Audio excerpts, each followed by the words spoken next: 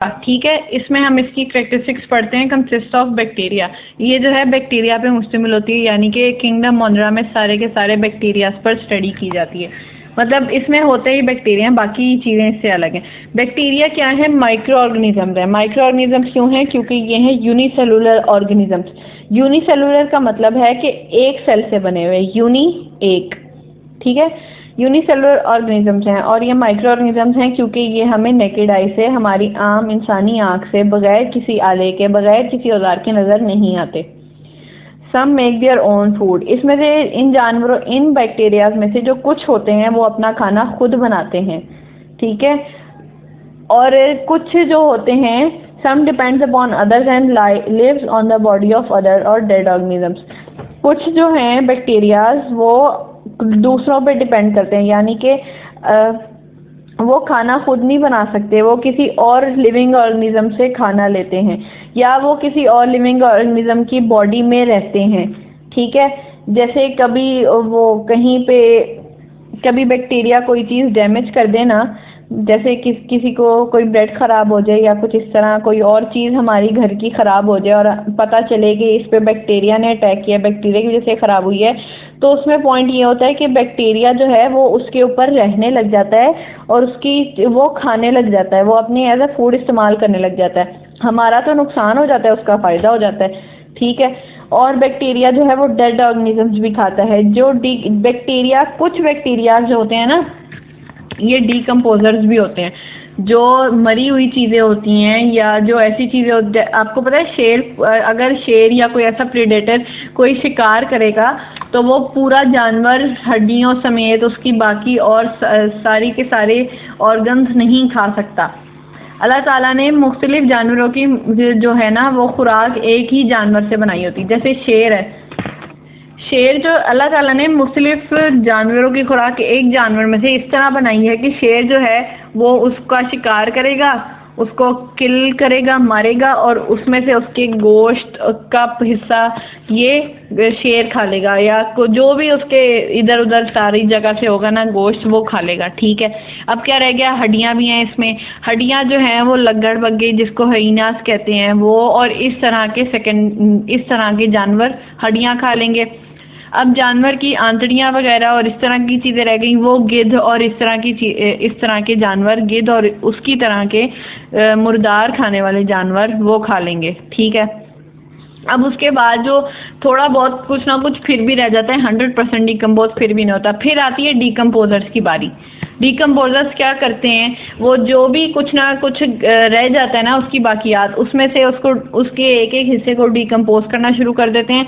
उसको ना बिल्कुल सिंपल न्यूट्रिएंट, यानी कि प्रोटीन्स में जो उसकी हड्डियाँ होंगी उसको कैल्शियम में बदल देंगे, जो उसका गोश्त जो थोड़ा बहुत हल्का फुल्का रह जाएगा उसको प्रोटीन्स में बदल देंगे, जो उसकी खाल होगी उसको भी न्यूट्रिएंट्स में, मतलब जो उसका बेसिक न्यूट्रिएंट होगा उसमें बदल देंगे, ठीक है।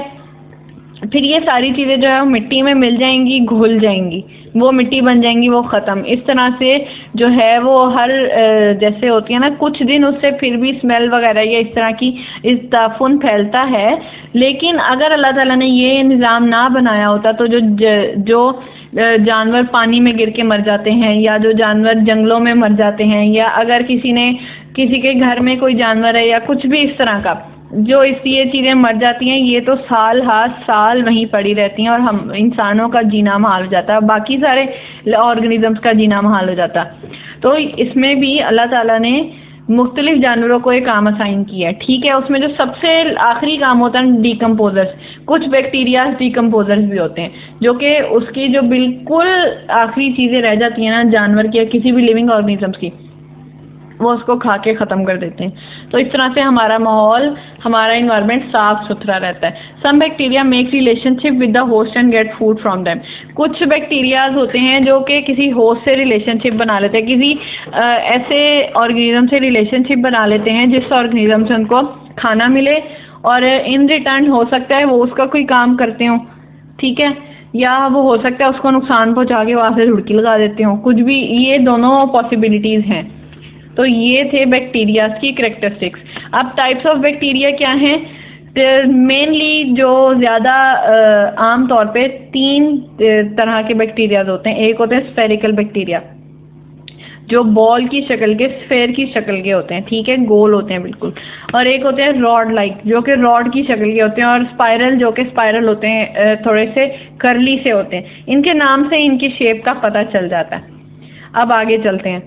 देखिए अभी हमने पढ़ा कि और जो बैक्टीरियाज हैं वो हार्मफुल भी होते हैं और बेनिफिशियल भी होते हैं। मैंने उससे पहले आपको वीडियो के शुरू में बताया था कि हर चीज़ जो इंसानों के लिए हार्मफुल है वो ज़रूरी नहीं है कि वो बेमकसद है या वो बेफ़ायदा है।